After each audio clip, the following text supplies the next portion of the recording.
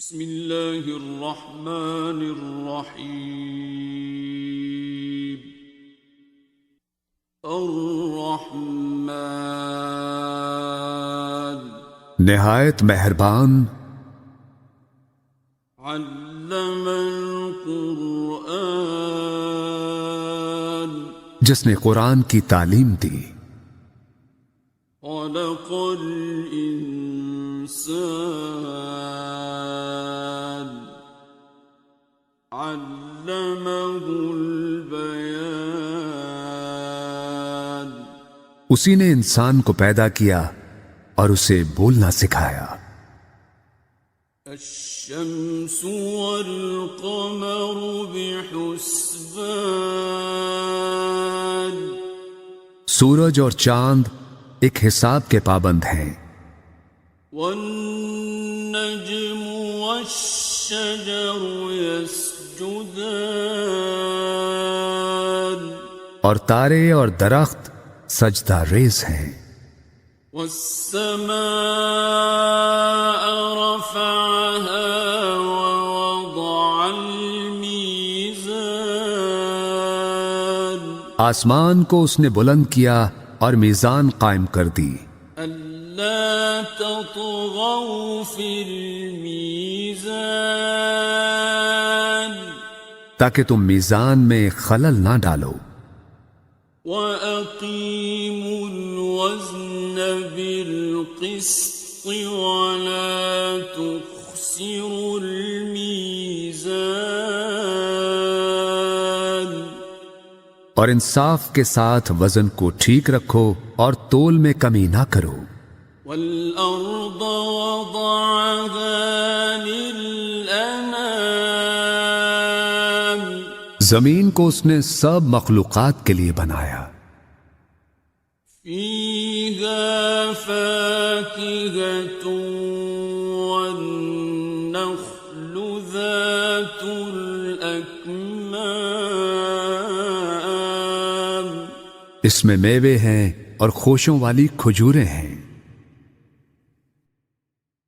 وَالْحَبُّ ذُو الْعَصْفِ وَالرَّيْحَانِ اور بھوسے والا اناج ہے اور خوشبودار پھول ہیں۔ فَبِأَيِّ آلَاءِ رَبِّكُمَا تُكَذِّبَانِ بس اے گروہ جن و انسان، تم دونوں اپنے رب کی کن کن نعمتوں کو جھٹلاؤ گے۔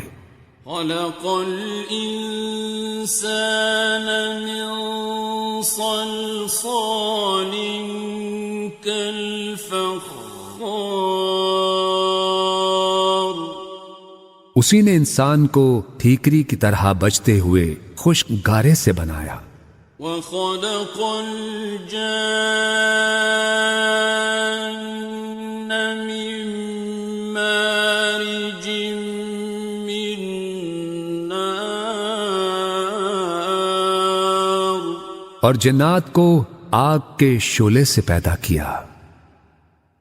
فَبِأَيِّ آلَاءِ رَبِّكُمَا تُكَذِّبَانِ بس تم دونوں اپنے رب کی کن کن نعمتوں کو جھٹلاؤ گے۔ رب المشرقين ورب المغربين دونوں مشرقوں کا مالک اور دونوں مغربوں کا مالک، فبأي آلاء ربكما تكذبان بس تم اپنے رب کی کن کن نعمتوں کو جھٹلاؤ گے۔ مرج البحرين يلتقيان اسی نے دو سمندر رواں کیے جو باہم مل جاتے ہیں، بينهما برزخ لا يبغيان ان دونوں کے درمیان ایک آڑ ہے اور وہ اپنی حد سے تجاوز نہیں کرتے۔ فَبِأَيِّ آلَاءِ رَبِّكُمَا تُكَذِّبَانِ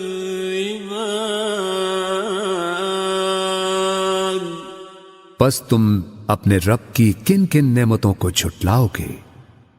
يَخْرُجُ مِنْهُمَا اللُّؤْلُؤُ وَالْمَرْجَانُ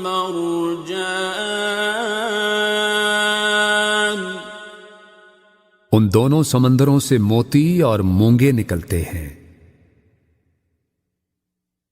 فَبِأَيِّ آلَاءِ رَبِّكُمَا تُكَذِّبَانِ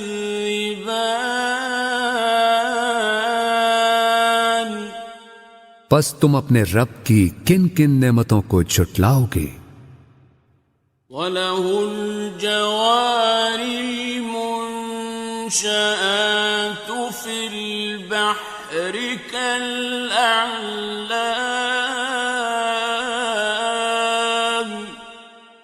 اور یہ جہاز اسی کے ہیں جو سمندر میں پہاڑوں کی طرح اونچے اٹھے ہوئے ہیں، اور اسی کے ہیں جہاز سمندر میں اونچے کھڑے ہوئے جیسے پہاڑ۔ فَبِأَيِّ آلَاءِ رَبِّكُمَا تُكَذِّبَانِ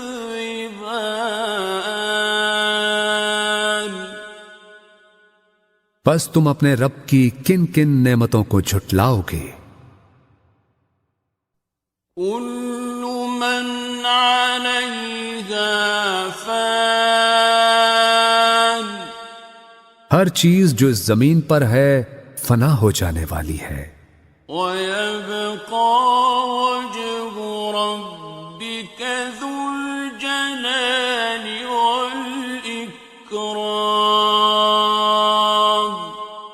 اور صرف تیرے رب کی ذات باقی رہے گی جو صاحب عظمت و جلال اور صاحب انعام و اکرام ہے۔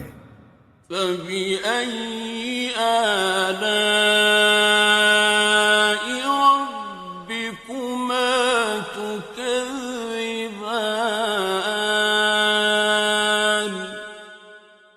پس تم اپنے رب کی کن کن نعمتوں کو جھٹلاؤ گے؟ يَسْأَلُهُ مَن فِي السَّمَاوَاتِ وَالْأَرْضِ كُلَّ يَوْمٍ هُوَ فِي شَأْنٍ زمین اور آسمانوں میں جو بھی ہیں سب اسی سے مانگ رہے ہیں، ہر آن وہ نئی شان میں ہے۔ فَبِأَيِّ آلَاءِ رَبِّكُمَا تُكَذِّبَانِ پس تم اپنے رب کی کن کن نعمتوں کو جھٹلاؤ گے؟ سَنَفْرُغُ لَكُمْ أَيُّهَ الثَّقَلَانِ اے گروہ انس و جن، ہم عنقریب تمہارے حساب کی طرف متوجہ ہوتے ہیں۔ فَبِأَيِّ آلَاءِ رَبِّكُمَا تُكَذِّبَانِ پس تم دونوں اپنے رب کی کن کن نعمتوں کو جھٹلاؤ گے؟ يَا مَعْشَرَ الْجِنِّ وَالْإِنسِ إِنِ اسْتَطَعْتُمْ أَن تَنفُذُوا مِنْ أَقْطَارِ السَّمَاوَاتِ وَالْأَرْضِ فَانفُذُوا اے گروہ جن و انس، اگر تم اس بات پر قدرت رکھتے ہو کہ آسمانوں اور زمین کے کناروں سے باہر نکل سکو تو تم نکل جاؤ۔ لا تنفذون إلا بسلطان تم نہیں نکل سکتے بغیر اس کی اجازت کے۔ فبأي آلاء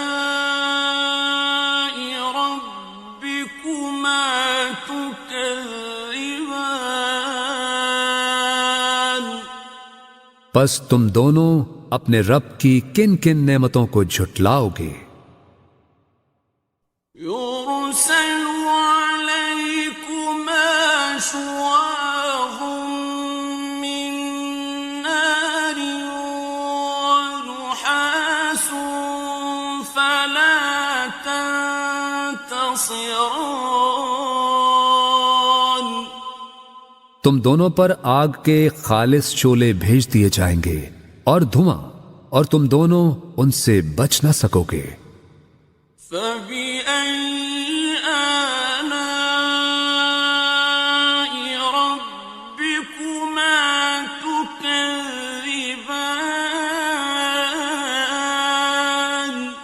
پس تم دونوں اپنے رب کی کن کن نعمتوں کو جھٹلاؤ گے؟ فَإِذَا انشَقَّتِ السَّمَاءُ فَكَانَتْ وَرْدَةً كَالدِّهَانِ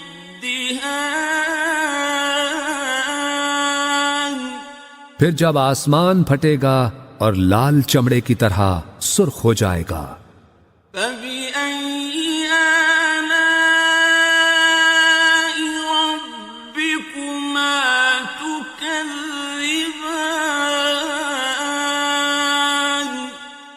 پس تم اپنے رب کی کن کن نعمتوں کو جھٹلاؤ گے؟ فَيَوْمَئِذٍ لَا يُسْأَلُ عَنْ ذَنبِهِ إِنسٌ وَلَا جَانٌّ سو اس دن نہ تو کسی انسان سے اس کے گناہ کی بابت پوچھا جائے گا اور نہ ہی کسی جن سے۔ فَبِأَيِّ آلَاءِ رَبِّكُمَا تُكَذِّبَانِ پس تم دونوں اپنے رب کی کن کن نعمتوں کو جھٹلاؤ گے؟ يُعْرَفُ الْمُجْرِمُونَ بِسِيمَاهُمْ فَيُؤْخَذُ بِالنَّوَاصِي وَالْأَقْدَامِ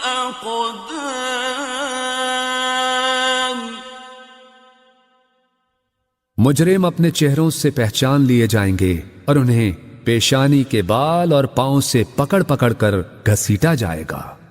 فَبِأَيِّ آلَاءِ رَبِّكُمَا تُكَذِّبَانِ پس تم اپنے رب کی کن کن نعمتوں کو جھٹلاؤ گے؟ هَٰذِهِ جَهَنَّمُ الَّتِي يُكَذِّبُ بِهَا الْمُجْرِمُونَ یہی ہے وہ دوزخ جسے مجرم لوگ جھٹلایا کرتے تھے۔ يَطُوفُونَ بَيْنَهَا وَبَيْنَ حَمِيمٍ آنٍ اور وہ اس میں اور کھولتے گرم پانی میں گھومتے پھریں گے۔ فَبِأَيِّ آلَاءِ رَبِّكُمَا تُكَذِّبَانِ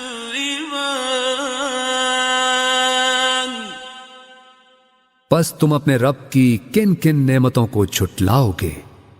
وَلِمَنْ خَافَ مَقَامَ رَبِّهِ جَنَّتَانِ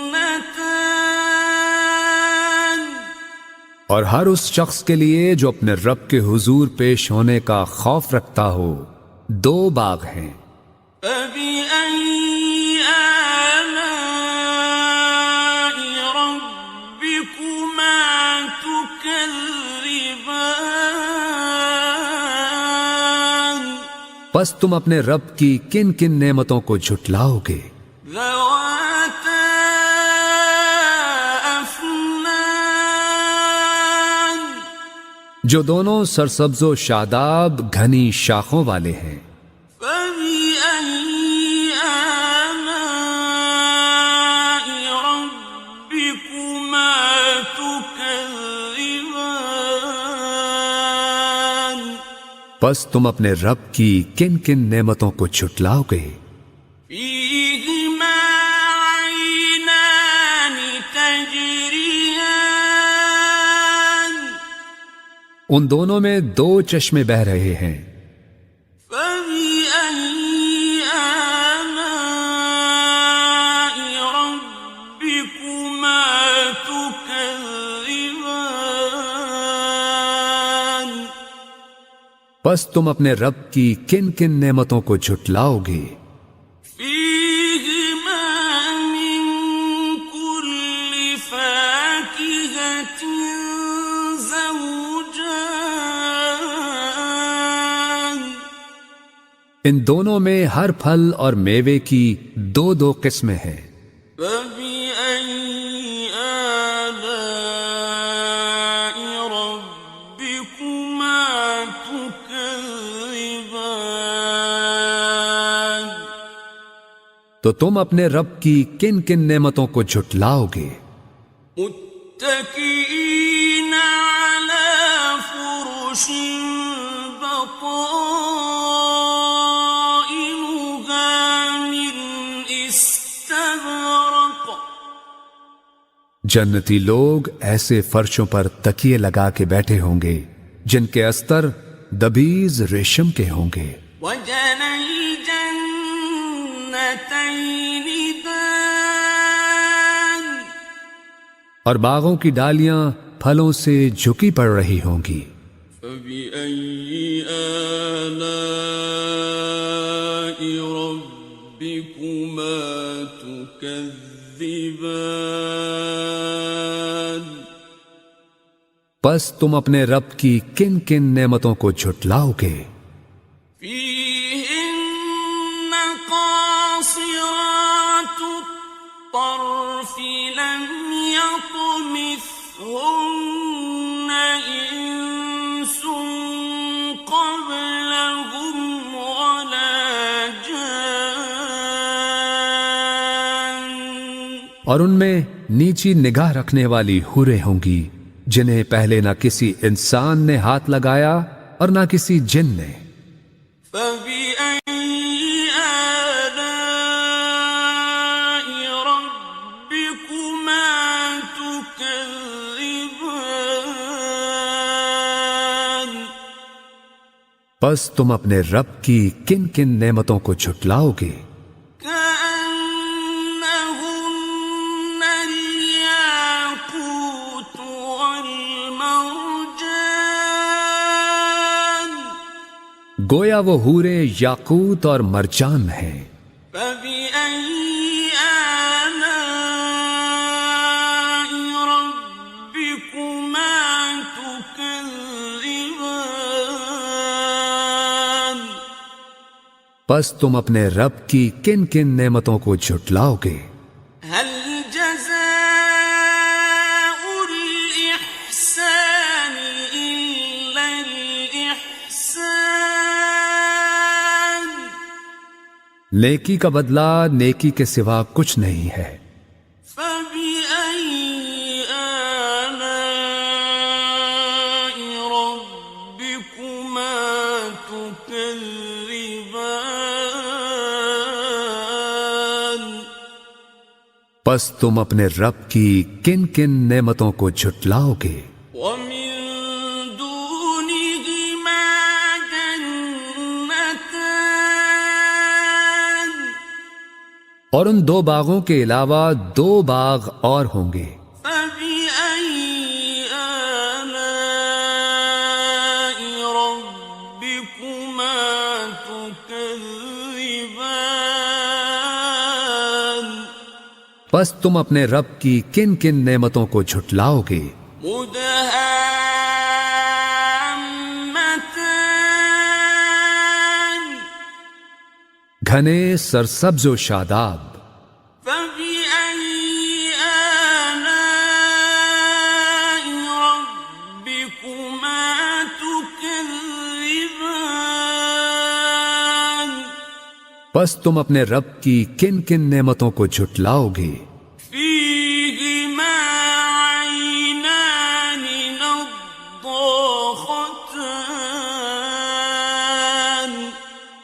دونوں باغوں میں دو چشمے فواروں کی طرح ابلتے ہوئے. فبأي آلاء ربكما تكذبان پس تم اپنے رب کی کن کن نعمتوں کو جھٹلاؤ گے؟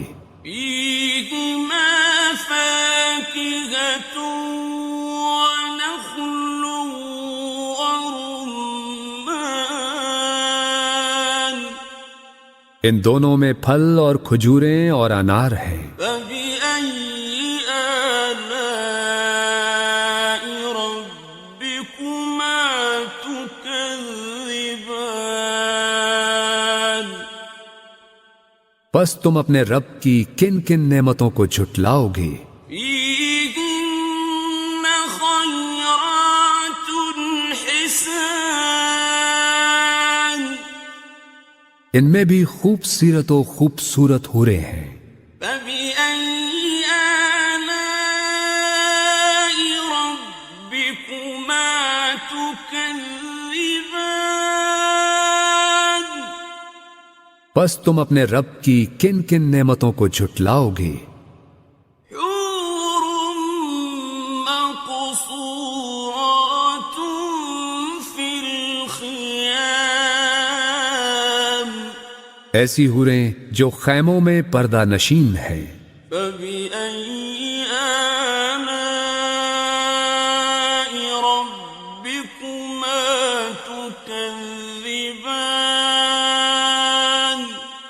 پس تم اپنے رب کی کن کن نعمتوں کو جھٹلاؤ گے؟ لم يطمثهن إنس قبلهم ولا جان انہیں پہلے نہ کسی انسان ہی نے ہاتھ سے چھوا ہے اور نہ کسی جن نے. فبأي آلاء ربكما تكذبان پس تم دونوں اپنے رب کی کن کن نعمتوں کو جھٹلاؤ گے؟ متكئين على رفرف خضر وعبقري حسان اہل جنت سبز قالینوں پر اور نادر و نفیس بچھونوں پر تکیے لگائے بیٹھے ہوں گے. فبأي آلاء ربكما تكذبان پس تم اپنے رب کی کن کن نعمتوں کو جھٹلاؤ گے؟ تبارك اسم ربك ذي الجلال والإكرام بڑا بابرکت ہے تیرے رب کا نام، بڑائی والا اور عظمت والا. بسم الله الرحمن الرحيم ياسين والقرآن الحكيم إنك لمن المرسلين على صراط مستقيم تنزيل العزيز الرحيم لتنذر قوما ما أنذر آباؤهم فهم غافلون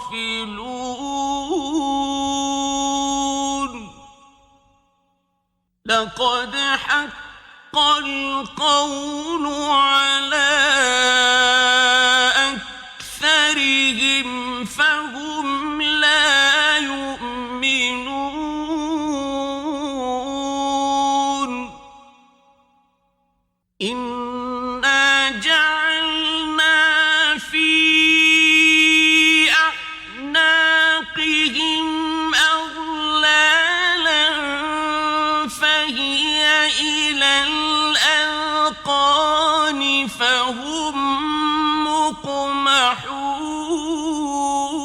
مقمحون وجعلنا من بين أيديهم سدا ومن خلفهم سدا فأغشيناهم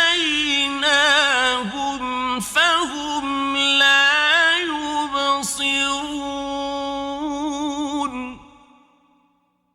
وسواء عليهم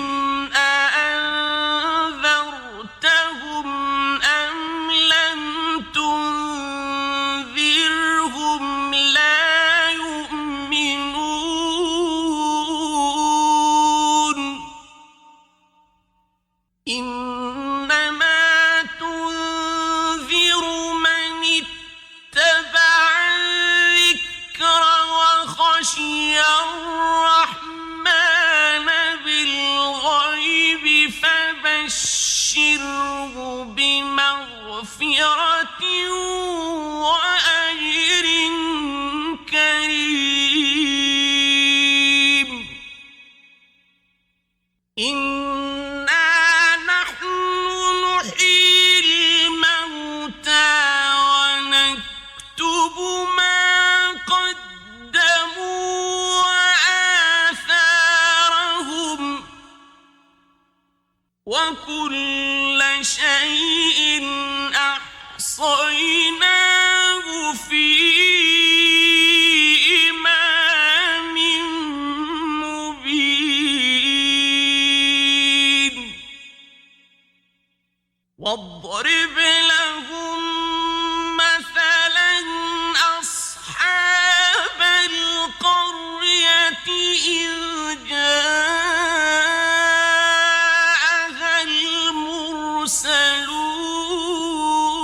المرسلون إذ أرسلنا إليهم اثنين فكذبوهما فعززنا بثالث فقالوا إنا إليكم مرسلون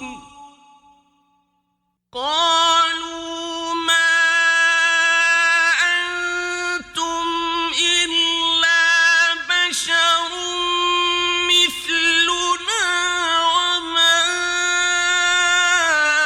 أنزل الرحمن من شيء إن أنتم إلا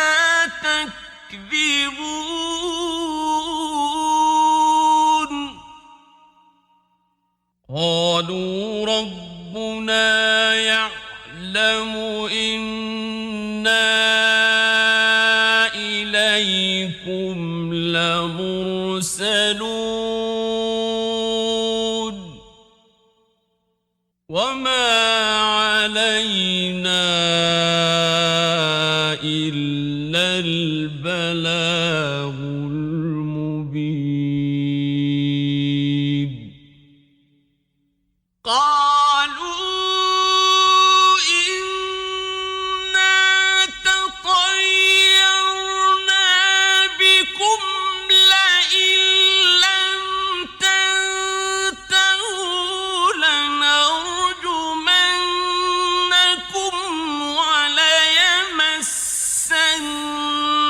وليمسنكم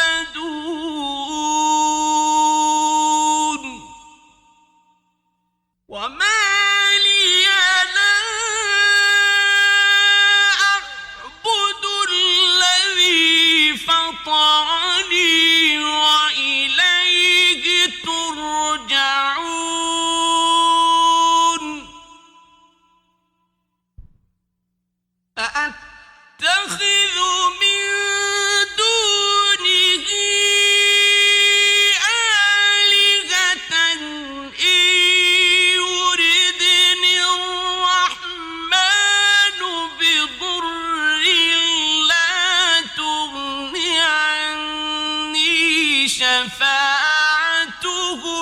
شيئا ولا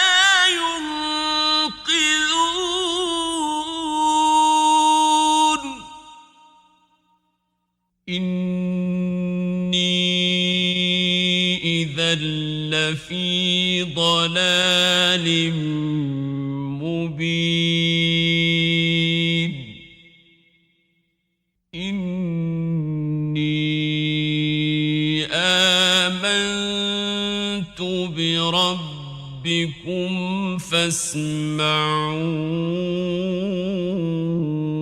فاسمعون قيل ادخل الجنة قال يا ليت قومي يعلمون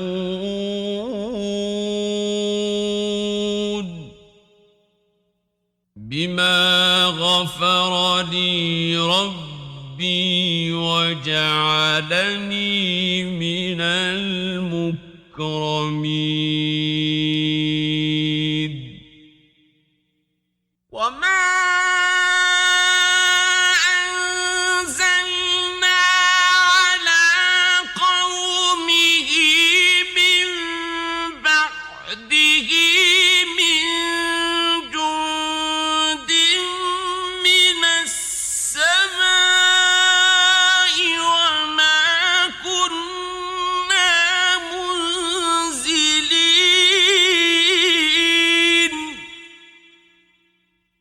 إن كانت إلا صيحة واحدة فإذا هم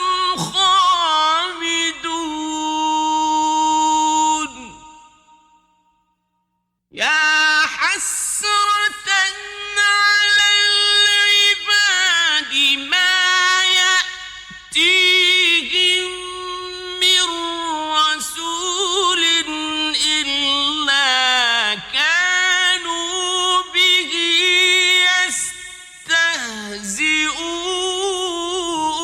يستهزئون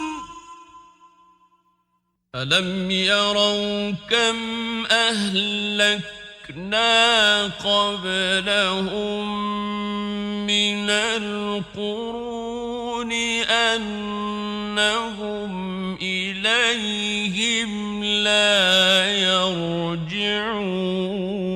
يرجعون وإن كل لما جميع لدينا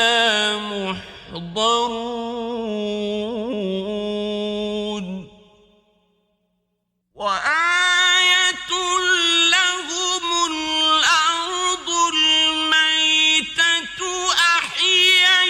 أحييناها وأخرجنا منها حبا فمنه يأكلون وجعلنا فيها جنات من نخيل وأعناب وفجرنا فيها من العيون ليأكلوا من ثمره وما عملته أيديهم أفلا يشكرون سبحان الذي خلق الأزواج كلها مما تنبت الأرض ومن أنفسهم ومما لا يعلمون وآية لهم الليل تسلخ منه النهار فإذا هم مظلمون والشمس تجري لمستقر لها ذلك تقدير العزيز العليم والقمر قدرناه منازل حتى عاد كالعرجون القديم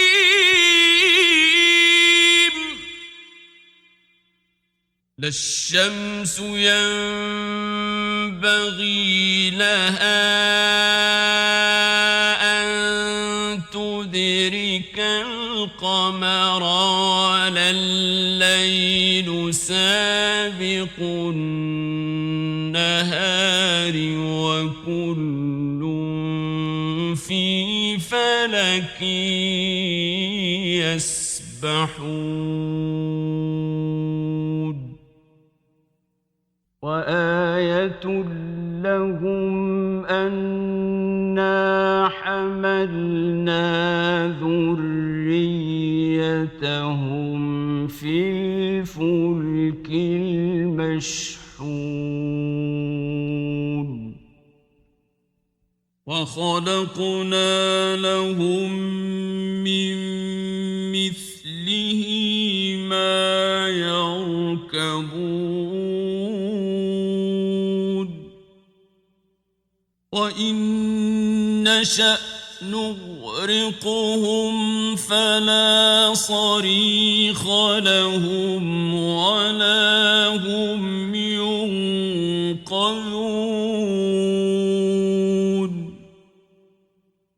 إلا رحمة منا ومتاعا إلى حين وإذا قيل لهم اتقوا ما بين أيديكم وما خلفكم لعلكم ترحمون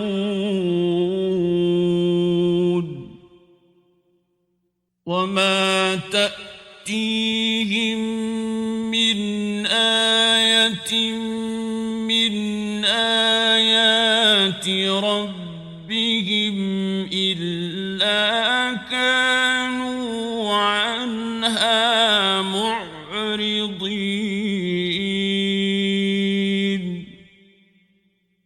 وإذا قيل لهم أنفقوا مما رزقكم الله قال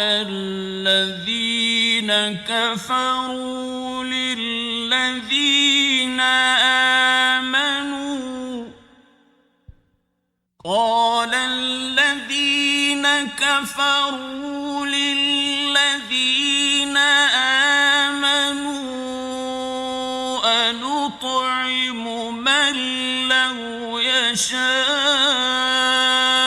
الله أطعمه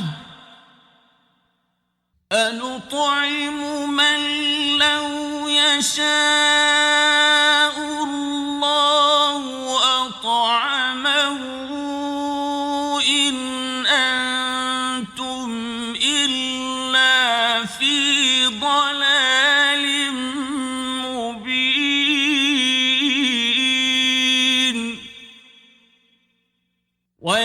ويقولون متى هذا الوعد إن كنتم صادقين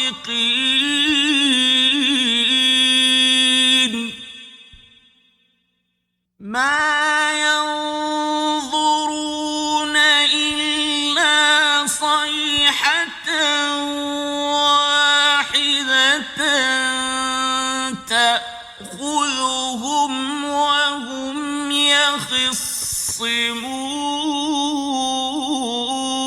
يخصمون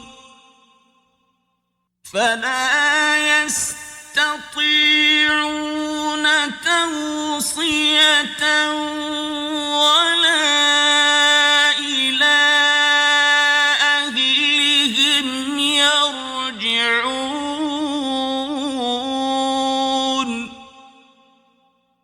ونفخ في الصور فإذا هم من الأجداث إلى ربهم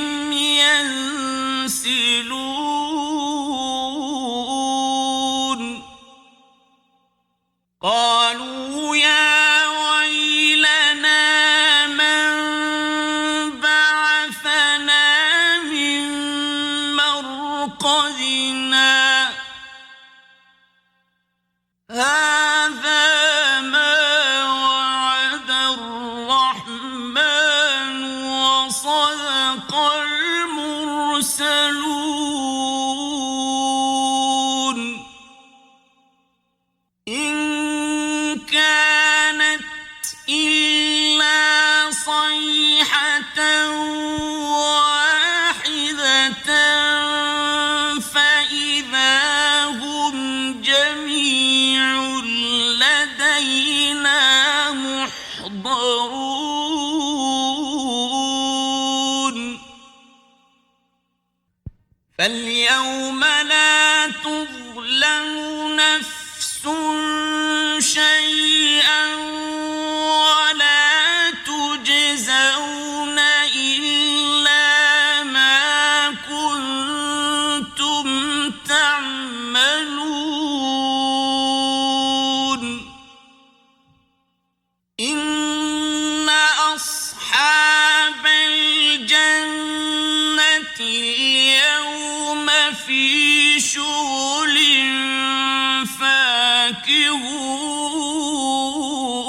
فاكهون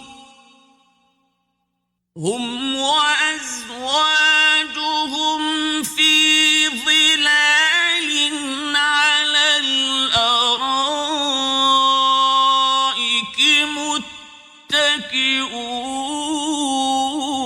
متكئون لهم فيها فاكهة ولهم ما يدعون سلام قولا من رب رحيم وامتازوا اليوم أيها المجرمون ألم أعهد إليكم يا بني آدم ألا تعبدوا الشيطان إنه لكم عدو مبين وأن اعبدوني هذا صراط مستقيم ولقد أضل منكم جبلا كثيرا أفلم تكونوا تعقلون هذه جهنم التي كنتم توعدون اصلوها اليوم بما كنتم تكفرون اليوم نختم على أفواههم تكلمنا أيديهم وتشهد أرجلهم بما كانوا يكسبون ولو نشاء لطمسنا على أعينهم فاستبقوا الصراط فأنى يبصرون ولو نشاء لمسخناهم على مكانتهم فما استطاعوا مضيا ولا يرجعون ومن نعمره ننكسه في الخلق أفلا يعقلون وما علمناه الشعر وما ينبغي له إن هو إلا ذكر وقرآن مبين لينذر من كان حيا ويحق القول على الكافرين أولم يروا أنا خلقنا لهم مما عملت أيدينا أنعاما فهم لها مالكون وذللناها لهم فمنها ركوبهم ومنها يأكلون ولهم فيها منافع ومشارب أفلا يشكرون واتخذوا من دون الله آلهة لعلهم ينصرون لا يستطيعون نصرهم وهم لهم جند محضرون فلا يحزنك قولهم إنا نعلم ما يسرون وما يعلنون